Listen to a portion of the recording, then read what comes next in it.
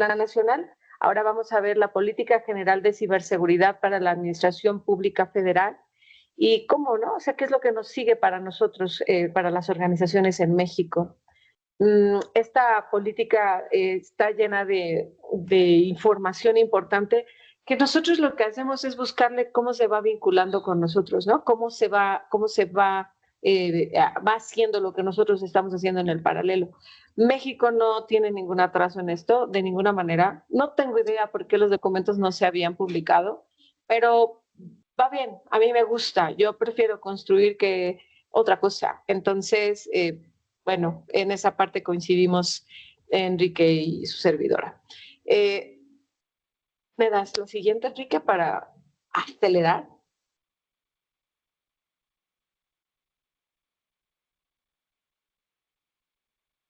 Enrique Francia es fundador de Bitexi, es maestro en seguridad informática por parte de la UNIR con mención honorífica, es ingeniero en electrónica por la UNAM y es profesional certificado en protección de datos personales. También está certificado para diseñar e impartir cursos para la SEP, y es pues, un agente capacitador de externos STPS, o sea, para la Secretaría de Trabajo y Previsión Social. Tiene diplomados en ciberseguridad, en protección de datos y en algunos estudios en la UTLAB Jenkins, que tiene que ver con programas avanzados de banca digital y ciberseguridad. Está certificado en COVID-5 y tiene mucha experiencia en temas de ISO 27000.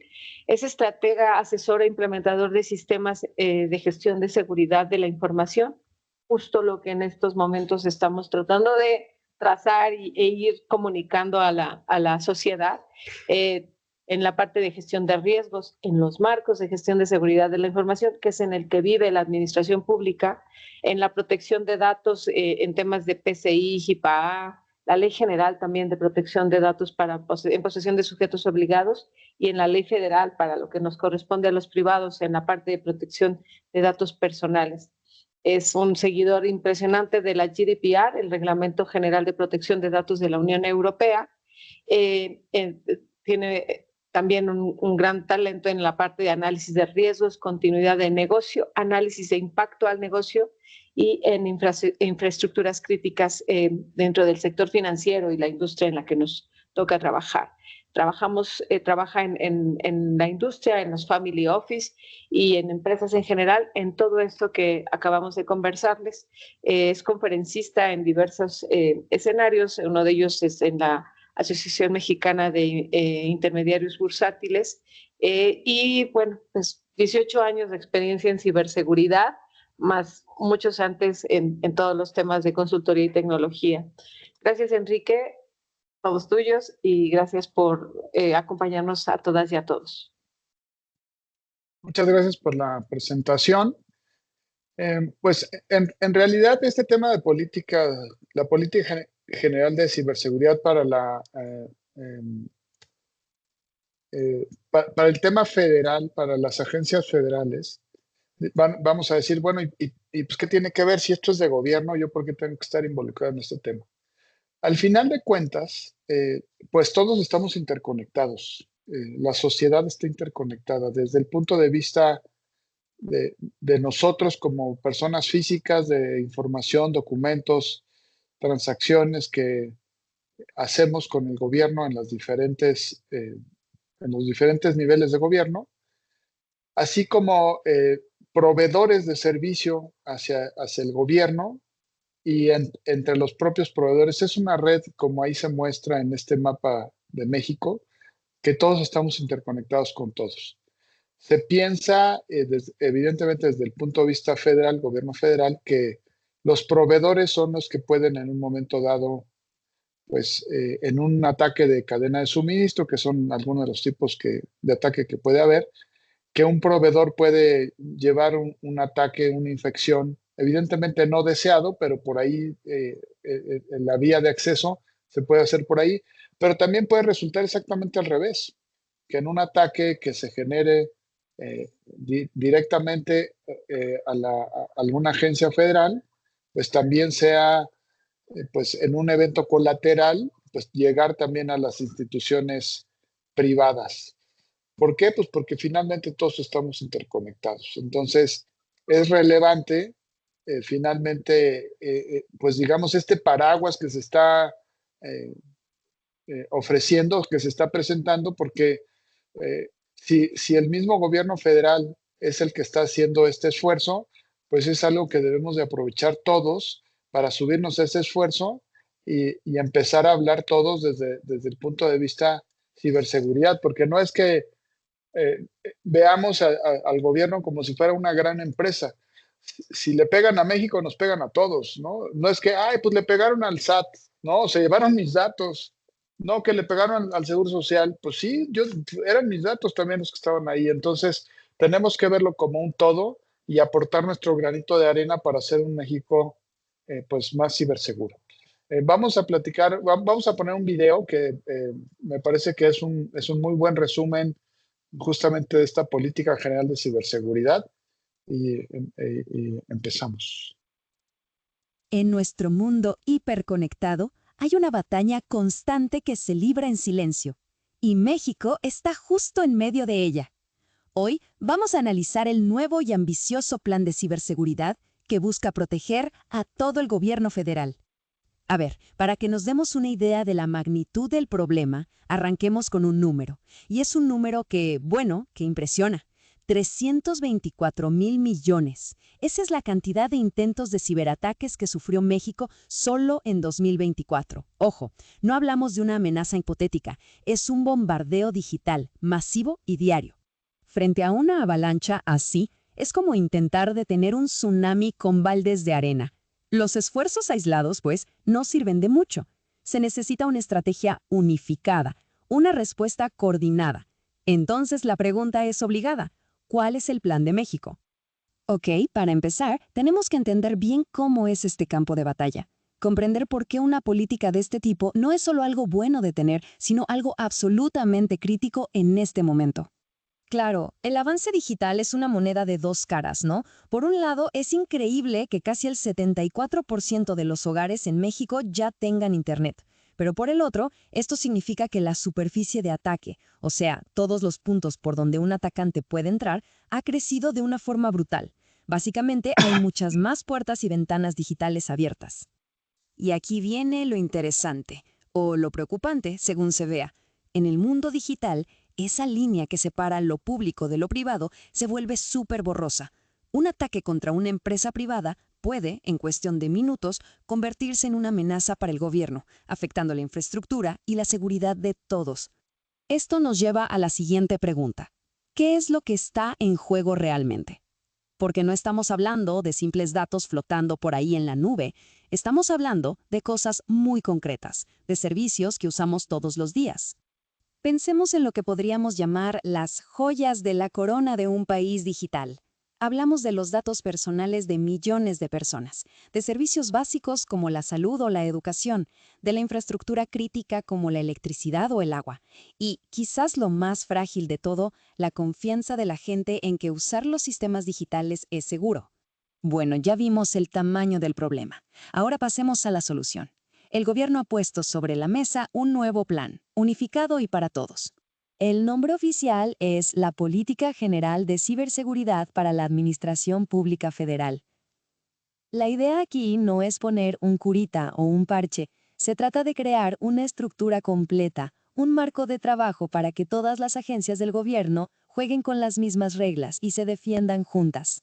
De hecho, el objetivo general de la política lo resume muy bien. Dice que busca establecer un marco común de ciberseguridad. ¿Para qué?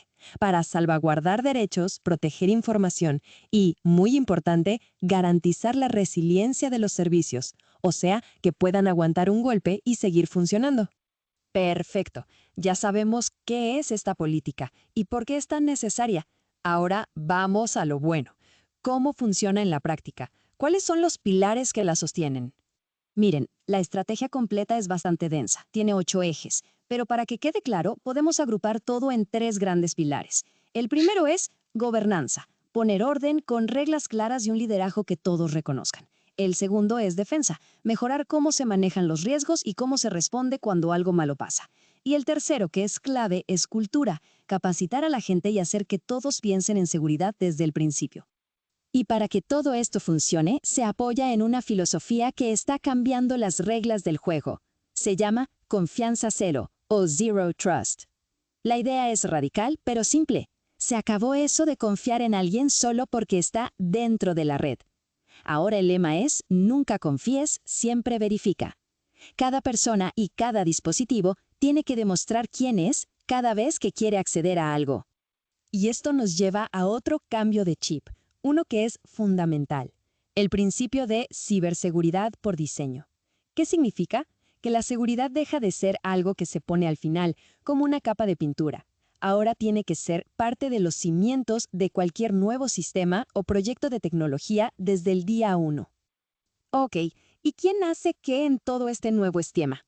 Bueno, por un lado está la nueva Agencia de Transformación Digital y su Dirección de Ciberseguridad, que son los que marcan el paso, los que coordinan todo. Pero, y aquí está el truco, la responsabilidad de implementar y de gestionar el riesgo del día a día cae en cada una de las dependencias del gobierno.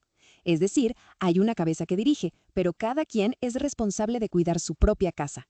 Muy bien, ya para ir cerrando, hablemos de la visión a futuro. O sea, ¿qué se espera lograr con todo esto? ¿Cómo se verá un México más ciberseguro? Lo que se busca es bastante concreto. Primero, tener reglas de juego parejas para todos. Segundo, fortalecer las capacidades y el talento de la gente que trabaja en el gobierno. Tercero, y esto es muy importante, que cuando un ciberataque ocurra, porque van a ocurrir, el daño sea el menor posible. Y el gran objetivo final, que la gente confíe más en los servicios digitales del Estado. Porque al final del día, esto va mucho más allá de computadoras y firewalls. El objetivo es tener un gobierno más fuerte, más moderno y que esté preparado para los desafíos de este siglo. Uno que sea, en pocas palabras, más seguro para toda la sociedad. Y bueno, todo esto nos deja pensando, ¿no? Implementar un escudo así es un esfuerzo gigantesco, no solo en dinero, sino también en cambiar la forma de pensar de miles de personas. Lo que nos lleva a una última pregunta. En esta era digital, ¿cuál es el verdadero precio de la seguridad? O, viéndolo de otro modo, ¿cuál es el costo de no tenerla?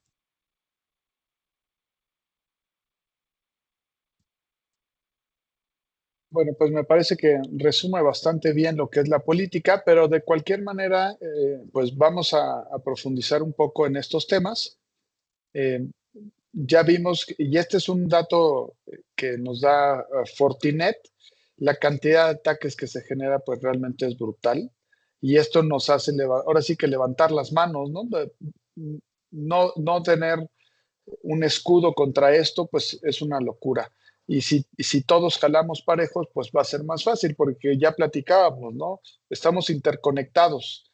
Si alguna de esas conexiones no es segura, pues en realidad el eslabón siempre se rompe por lo más débil. Entonces necesitamos todos participar pues de este esfuerzo nacional, ¿no? La ciberseguridad, pues como bien se puede ver, ya no es solamente un tema técnico. Todos, desde todos nuestros puntos, desde nuestras trincheras, debemos de participar. Nosotros como ciudadanos debemos de tener una conciencia del tema. De otra manera, pues va a ser más difícil poder aportar sobre esto.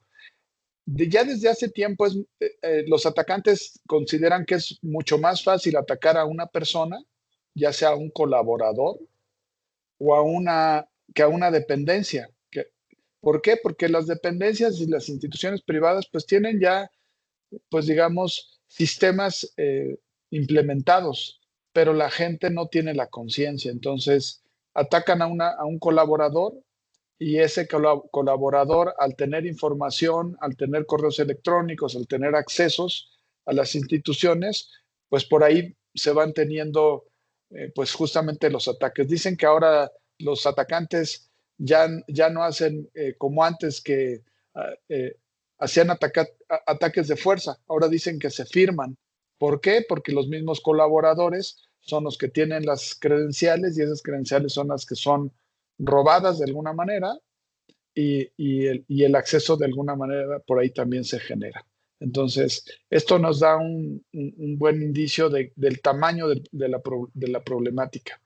¿Por qué es importante la política de ciberseguridad? Finalmente es un paraguas. No podemos, si no tenemos la intención de saber hacia dónde vamos y qué es lo que queremos lograr, pues va a ser muy complicado el que podamos hacer algo. Entonces, justamente esta política es la intención del gobierno federal respecto a la ciberseguridad. Es el documento rector, expresa el compromiso del Estado en el posicionamiento de la ciberseguridad, define incluso los jugadores. Como parte del sistema de lo que se está implementando, se están dando, de hecho, hasta este mes de febrero, se propone o más bien se exige que la Administración Pública Federal ya tenga a los responsables en cada una de las dependencias.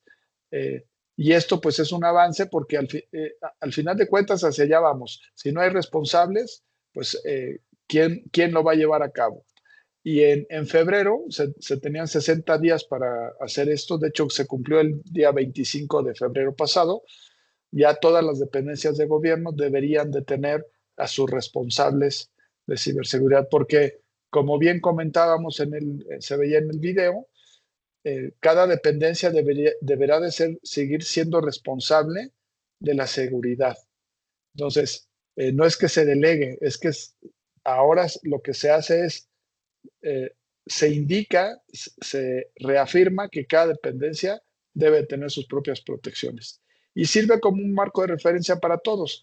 Y esto nos va a permitir hablar de políticas específicas, porque este es el paraguas, pero necesitamos mucho más que eso. Lo que estamos tratando de hacer, lo que está tratando de hacer el gobierno en ese sentido es aquellos esfuerzos que se tenían de cada una de las dependencias, pues ahora las vamos a coordinar y ofrecer un frente común con la finalidad justamente de evitar huecos entre dependencias, que tengamos un nivel incluso de madurez mayor y no sean esfuerzos aislados y fragmentados, sino sea un frente común. Esto lo que pretende al final de cuentas es soberanía ante los riesgos sistémicos de Estado, reglas claras y homologadas, de que no nos tengamos que inventar en cada dependencia qué tengo que hacer. Si ya tenemos una política y sabemos a dónde vamos, pues entonces actuar en consecuencia. Confianza digital a los ciudadanos. Y no solo a los ciudadanos, sino en general hacia el resto del mundo, porque el hecho de que se tenga un Estado débil, pues es una referencia hacia el resto del mundo. Y lo que queremos también es un Estado fuerte. Entonces, no solo es hacia adentro, sino también es hacia afuera. Como parte de la estrategia de esta política, se marcan 4 ejes estratégicos, que es de alguna manera como se va a establecer el escudo digital a nivel nacional. Empezamos por la gobernanza, es decir, el marco normativo, los riesgos. Sabemos que seguramente ya leyeron en la política, lo que se pretende al final de cuentas es utilizar incluso pues lo que ya está hecho, no inventemos las cosas. Ya existen mejores prácticas para sistemas de gestión de seguridad de la información. Entonces, tomemos lo que ya existe.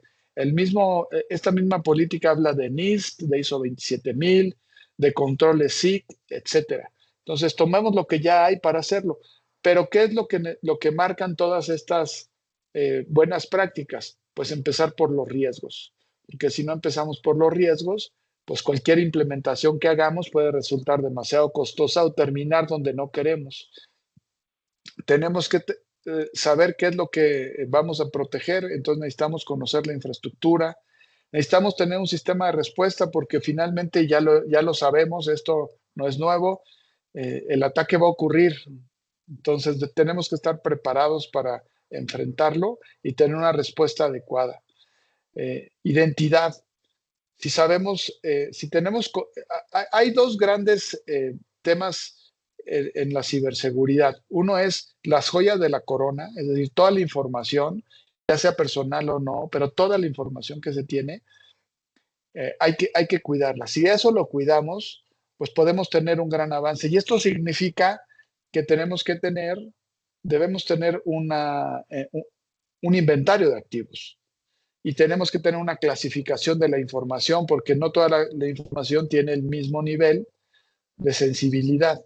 Eso significa clasificación de activos para poderlos asegurar sabiendo dónde están. Pero la otra parte es controlar a quien tiene acceso, a quien hace uso de esa información. Entonces, por un lado, clasificamos y protegemos la información y por otro lado, identificamos adecuadamente a quien hace uso de esa información para que solamente pueda ver y atender lo que realmente tiene derechos y no más.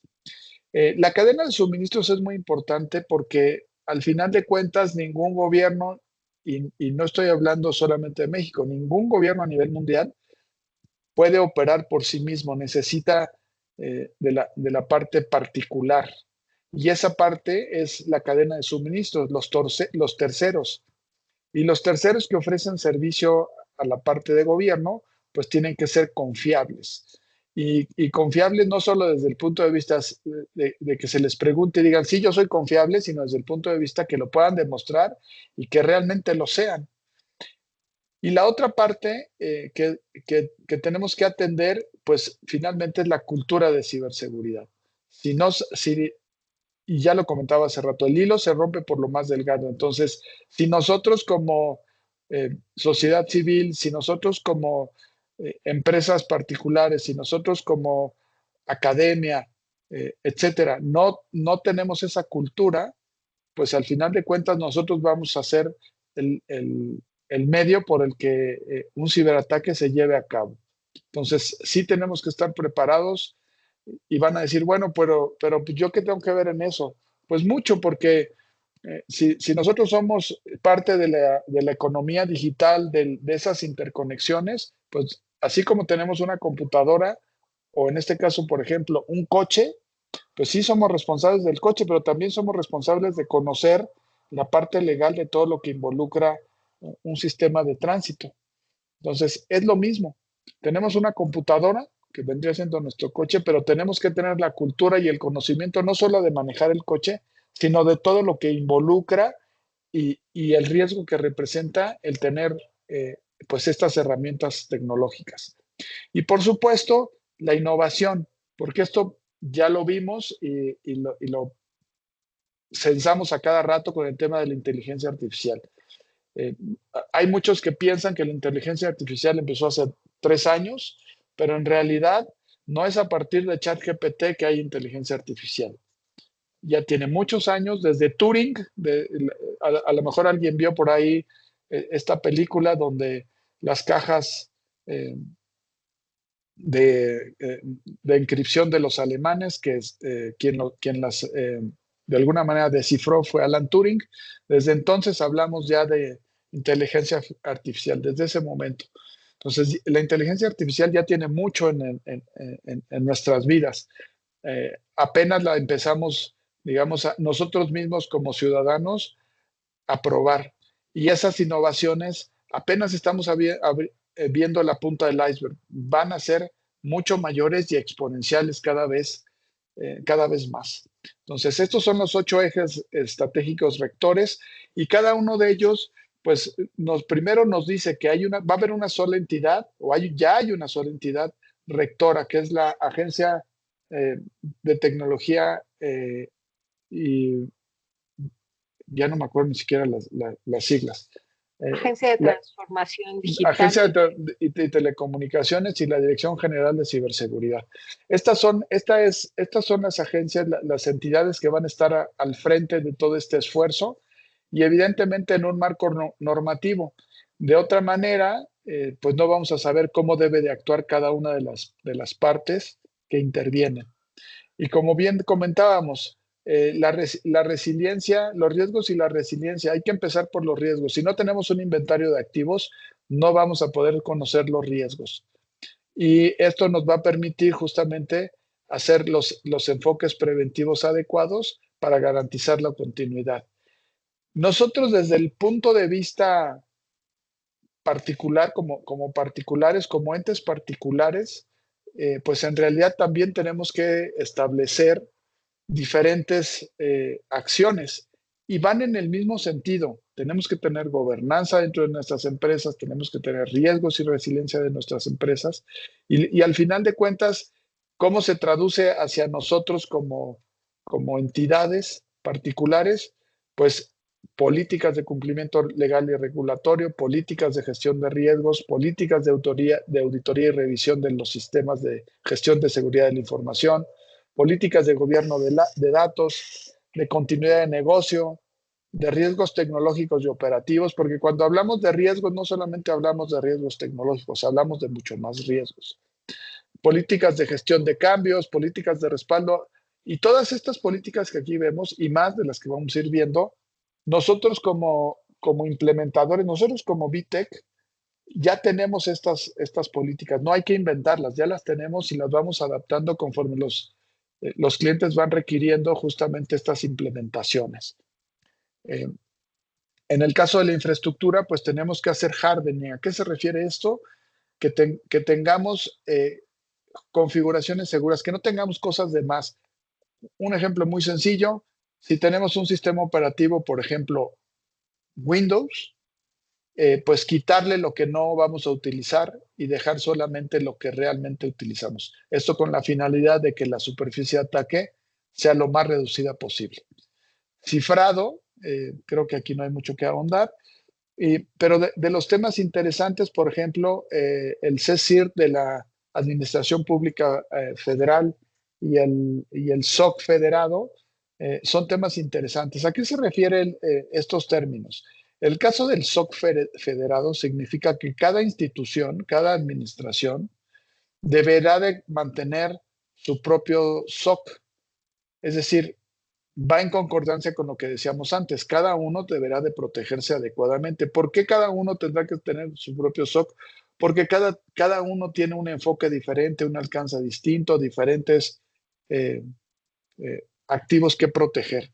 Entonces, cada uno deberá tener su propio SOC, pero debe de haber o habrá un SOC, digamos que es un SOC de SOCs, digamos, ¿no? De alguna manera, que haga la coordinación entre los diferentes entes. Aquí es importante este tema porque incluso ya lo hemos visto en fechas recientes, cuando hay un ataque, no necesariamente solamente se ataca a una dependencia, sino a varias, pero con un mismo, desde un mismo punto o con un mismo ente atacante. Entonces, lo que se quiere hacer aquí es justamente que los SOCs estén coordinados, y el CIRT lo que hace pues es justamente la respuesta al incidente. El SOC, digamos que va a levantar la mano, lo va a confirmar, y el CIRT de la administración pública es el que va a actuar en consecuencia, y va a ser mucho más fácil si de manera coordinada se ejecuta una respuesta frontal hacia el ataque y no de manera aislada. Y por supuesto, pues mejorar la capacidad de respuesta de manera pues automatizada y lo más inteligentemente posible. Esto desde el punto de vista políticas para nosotros como entes particulares, pues implican políticas que hay que implementar.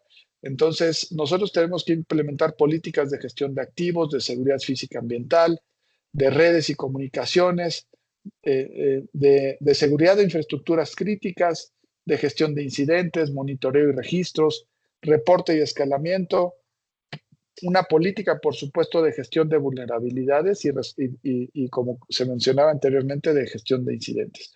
Entonces, también de nuestro lado, tenemos que hacer cosas. Si solamente se hace actividad de un lado, pues va a ser como ese barco que decimos, pues se está hundiendo de tu lado, ¿no? Se está hundiendo de los dos. Entonces, también implica roles y responsabilidades para cada una de nuestras empresas. Y en la parte perimetral, pues estamos hablando de identidades y de cadena de suministro. Tenemos que hablar justamente de temas interesantes, inclusive muy técnicos, por ejemplo, de Identity Access Management. Tenemos que saber quién entra, hacia dónde entra, qué nivel de riesgo tiene, en qué horario lo voy a dejar entrar, si va a poder entrar desde cualquier punto, etcétera, etcétera, etcétera. Hacer una implementación de Zero Trust, ya sea para la administración pública o inclusive para la parte privada no es menor. Este tema se está pensando hacer en 2 años y tendrá que pues, hacer una participación importante de cada una de las agencias de la Administración Pública Federal y tendrá que ir bajando. Ahorita hablamos de Administración Pública Federal, pero tendremos que hablar de la estatal y de la municipal. De otra manera, pues esto tampoco va a funcionar adecuadamente. Y de temas más conocidos tal vez como autenticación multifactor. Aquí en el caso del modelo de Zero Trust, aquí les recomiendo que para la para la particular, incluso también para la federal, descarguen el documento de NIST. Hay un documento de NIST bien interesante de cómo hacer la implementación de un modelo de Zero Trust hacia dentro de las instituciones, ya sean gubernamentales o privadas. Es un mapa bien interesante de cómo hacerlo y es muy fácil de seguir. También, evidentemente, terceros confiables que tiene que ver justamente con todos los proveedores, que sean auditados. Aquí es todo un reto porque auditar a todos los proveedores no va a ser fácil, pero tenemos que buscar los mecanismos para hacerlo. Aquí esto, de alguna manera, también para nosotros como entidades particulares, pues también es toda una oportunidad porque podríamos ofrecer justamente este tipo de servicios hacia la administración pública federal, ya sea incluso estatal o municipal, para que se puedan auditar a los proveedores. Y seguridad, que finalmente debe estar en los contratos. Muchas veces estos temas no se consideran en los contratos. Inclusive se hace firmar a las empresas para la parte de la seguridad, de la parte de la confidencialidad, pero quienes nos dan los servicios, pues finalmente es una persona física. Entonces necesitamos que también esas personas físicas que nos están dando los servicios también tengan estos requisitos contractuales, ya sea hacia dentro de las organizaciones o hacia las instituciones a las que se le dan los servicios. Y aquí también hablamos de políticas, política de control de acceso, de identidades, de uso aceptable de los activos, de trabajo remoto, porque parece que no, pero no sé si habían escuchado por ahí, hay un reporte de IBM, que es el reporte se llama el costo de una brecha de seguridad, donde en una de las secciones que presenta, se presenta cuáles son las tecnologías o los factores que hacen que una brecha de seguridad disminuya. Entre el primero, y está por ahí arriba, el costo de una brecha de seguridad en Latinoamérica anda por ahí un poquito abajo de los $4 millones. Y el primero justamente es el tema de desarrollo seguro. El tener políticas de desarrollo seguro y capacitación, evidentemente, al respecto, disminuye una brecha de seguridad en más o menos un 5%, es decir, estamos hablando de casi un poquito más de $200,000. Y eso pues se tiene que implementar, pero en el lado opuesto tenemos también los factores que incrementan el costo de una brecha de seguridad. Y el trabajo remoto es uno de ellos. Y no solo es uno de ellos, es uno de los más altos. Entonces, por un lado, tenemos que ver qué tecnologías utilizamos para reducir los grandes impactos de una brecha de seguridad, pero por otro también evitar o controlar de la mejor manera posible todos aquellos factores que incrementan el costo de una brecha de seguridad. Y por supuesto, en los terceros, pues habrá que tener las políticas de gestión de proveedores, de evaluaciones de las cadenas de suministro, porque no solamente hay que tener la implementación, sino poder hacer una evaluación adecuada de esto. Y el intercambio seguro de información entre terceros, porque además también cuando ofrecemos servicios a la Administración Pública Federal o a algún otro, también tenemos subcontrataciones. Esas subcontrataciones también deben de estar consideradas. Por supuesto, la capacitación para la parte de talento humano y mejorar y generar la cultura de ciberseguridad y la mejora continua. De otra manera no va a funcionar. Y aquí con las políticas adecuadas. De otra manera, pues terminaremos donde no queremos o fuera del marco de esta política, de este paraguas del que estamos pues participando. La agencia, ¿quién está a cargo? Pues la Agencia de Transformación Digital, la Dirección General y por supuesto las dependencias y entidades que forman la Administración Pública Federal y las responsabilidades que en esto pues implica también para los proveedores. De esto ya hablamos, el SOC federado y el CIR de la Administración Pública Federal. Los principios rectores finalmente son seguridad desde el diseño. Aquí es súper importante que todos los proyectos que nacen estén incorporados ya con seguridad. Seguridad desde el diseño, y lo mencionábamos en el video, es ciberseguridad desde el diseño, desde que se está haciendo ese nuevo proyecto, ahí tenemos que ponerlo. Derechos humanos, la Ley Federal de Protección de Datos Personales en posesión de particulares y la de sujetos obligados está hecho para proteger los derechos humanos. Y por lo tanto, esto es súper importante porque también sabemos que la Administración Pública Federal, los datos que tiene, pues justamente son de nosotros. Y eso implica protección a nuestros derechos humanos. Resiliencia para recuperarse, sabemos que finalmente los ataques existen y no van a parar y seguramente van a incrementarse. Necesitamos estar preparados y la responsabilidad compartida. Si bien las agencias de la Administración Pública Federal deben de estar con los guantes puestos de arriba, pues todos los que participamos, inclusive nosotros como sociedad y entes particulares, también tenemos que participar de esta responsabilidad. Instrumentos de implementación, pues planes institucionales de ciberseguridad. Si no tenemos estos planes, pues vamos a terminar donde no queremos. Modelos de madurez para evaluar en dónde estamos y qué es lo que tenemos que hacer. Auditorías. La mejor forma de evaluar esto, e inclusive no solo de evaluarlo, de retar lo que hemos implementado, pues es en base a los pen testings. Nosotros incluso también como Bitexi, también tenemos herramientas de pen testing que van más allá de simplemente aventar una cantidad enorme de vulnerabilidades. El pen testing que nosotros ofrecemos son pen testings muy dirigidos a encontrar aquellas vulnerabilidades críticas que se tienen que atender de manera primaria. Los pen testing tradicionales, las herramientas tradicionales que se dicen que son de pen testing, en realidad son escaneos de vulnerabilidades, porque nos avientan incluso vulnerabilidades que si son explotadas, no pasa nada. O sea, no hay nada atrás que robarse. Es como ver una casa que tiene un vidrio y entonces el escáner dice, ahí hay un vidrio, luego entonces el vidrio se puede romper, entonces esa es una vulnerabilidad. Lo que nosotros ofrecemos es, sí hay un vidrio, pero no has visto que el vidrio está reforzado, que esa ventana tiene cámaras, al lado de esta ventana hay 2 guardias de seguridad.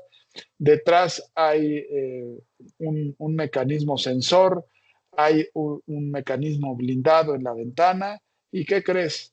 Atrás de la ventana, la caja fuerte que estás viendo está anclada y tiene seguridad. Es decir, por ahí no vayas. Esa vulnerabilidad que tú ves, en realidad, pues ya está asegurada, ya se tomaron las previsiones necesarias.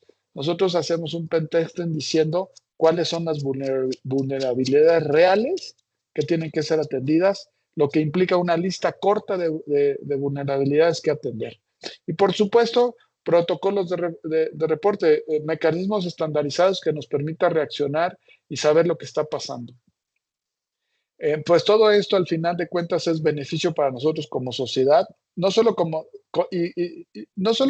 ciudadanía en manera personal, sino como sociedad, de manera industria, de manera empresas que también participamos de esto, academia, etcétera, también nos vamos a beneficiar, porque un gobierno también más cercano, más transparente, más eficiente, también requiere pues un entorno digital seguro.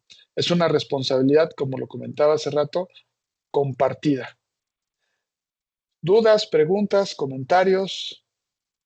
Ale. ¿no? Lo que vemos aquí es genuino, ¿no? Lo que buscamos es que vayamos viendo para quienes hablamos ya bajo estándares y buenas praxis en seguridad, sabemos que lo primero que pasó fue la ruta de trabajo, la planeación, el contexto de la organización. Después viene la política de seguridad que debe de ser, pues esa madre, ¿no? Ese lineamiento que rige al país y que, pues si no existen políticas, pues ¿a quién le vas a pedir rendición de cuentas?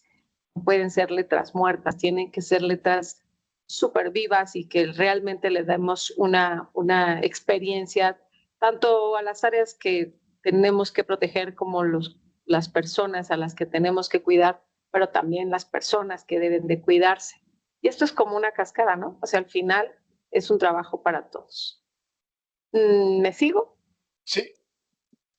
En esta, pues les agradecemos mucho la participación para escuchar lo que Enrique quería compartirles. Estamos en Bitexi siempre comprometidos y dispuestos a pues, lo que necesitamos, ¿no?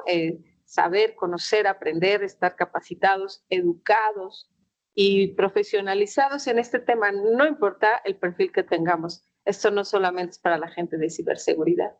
Aquí ponemos algunos de los talleres que estamos trabajando, que son fuertes, son intensos, y que la realidad es que como el taller de ciberseguridad, seguridad de la información, hace que tengamos esa ruta clara desde los estándares ISO 27, pero que hoy nos viene súper bien cómo el gobierno está trabajando en ese sentido. Para mí la parte del gobierno era algo que nos debían, pero lo están liberando de alguna manera con un poco de presión mundial, pero está bien porque yo creo y respeto mucho a lo que es la parte militar y en ellos van años luz en estos temas. Entonces, será un simple ponerse de acuerdo para poderlo publicar. Y me parece que lejos de pensar en que no hay, que no se tiene, que no se ver lo que se está dando, más lo que nosotros hoy ya en esa avanzada podemos darle a esta disciplina de la ciberseguridad. ¿Puedes pasar la otra, por favor? ¿Quieres tocar este? Sí, este tema es súper interesante porque básicamente lo que hemos visto, y ya lo platicamos hace rato, el hilo se rompe por lo más delgado que somos cada uno de nosotros. Y no importa la cantidad de información que tengas y qué tan preparado estés, qué tantas certificaciones tengas, con 5 minutos que te distraigas puedes caer justamente, ahora sí que en estas garras de, de la ciberinseguridad, ¿no? Eh, eh, Nuestro cerebro está preparado para muchas cosas, para la parte física. Si nosotros escuchamos, y aquí ponemos un ejemplo, pues el rugido de un león, pues no tenemos que voltear siquiera a ver que es un león, simplemente corremos. Pero esto no pasa en la parte digital. Sabemos un archivo y pues no vamos a saber de qué estamos hablando. No sabemos si está comprometido o no, o si tiene ahí un phishing, o etcétera, porque nuestro cerebro no está preparado para eso. No lo hemos aprendido todavía. Sin embargo, desde el punto de vista neurociencia, se han encontrado 3 grandes tipos de comportamiento. Y no es que alguno de nosotros tenga un comportamiento y algunos otro. Todos tenemos todos estos 3 comportamientos que ahorita vamos a platicar. El primer comportamiento, que se llama BIS, es el que la B, son acrónimos en inglés, básicamente B es de behavior. Entonces es un comportamiento donde lo que hace es pues pisar el freno. Es decir, vemos algo ahí, típicamente es, si no haces esto, podrías tener estas consecuencias. Entonces, y es parte de lo que hace el phishing. El phishing es el vector de ataque número 1 a nivel mundial, no solo en México. Entonces, lo que tratamos de atajar con esta neurociberseguridad es justamente pues, ese vector de ataque que es el más frecuente. Entonces, cuando nos dicen es que puedes perder esto o vas a dejar de tener acceso aquí o algo, eh, aplicamos justamente nuestra corteza cerebral, dice, no, mejor aplico el freno y sí voy a ver de qué se trata para evitar que esto pase, para que evitar que me castiguen, etcétera. Pero también hay otra conducta que es, si lo haces, vas a tener una recompensa en base a regalos, digamos, ¿no? Es otro tipo de comportamiento. Y el otro tipo de comportamiento que tenemos es por la mera curiosidad del ser humano. Estos tres estadios del comportamiento los tenemos siempre. Sin embargo, en cada momento podemos tener un comportamiento eh, más enfocado al freno, otro más enfocado a la recompensa y otro más enfocado a la curiosidad. Lo que hacemos con esta neurociberseguridad justamente es analizar a cada una de las personas de las entidades para buscar qué comportamiento está teniendo y en el momento adecuado, pues tener justamente las capacitaciones a las que la persona de alguna manera tiene tendencias para evitar caer en el phishing. Entonces, estamos hablando de un nivel diferente. Este tipo de capacitación enfocada, personalizada, la verdad es que no hay. Y esta es una herramienta que incluso está avalada eh, en Europa por el INCIBE, que es pues un órgano pues muy importante a nivel internacional con respecto a ciberseguridad. Incluso el INCIBE invirtió para la generación de esta herramienta. Entonces son herramientas pues de última generación donde estamos hablando de cómo atajar esos vectores de ataque de una manera pues más ordenada y de acuerdo a nuestro comportamiento, incluso de ese momento, porque todos tenemos estos, pero en el momento adecuado. Entonces, son cosas que los hackers saben y por eso nos atacan en base a un phishing para que hagas algo, porque si no te puede pasar algo, o que te ganes un premio, o la curiosidad, ¿no? La curiosidad mató al ratón o al gato, ¿no? Dicen.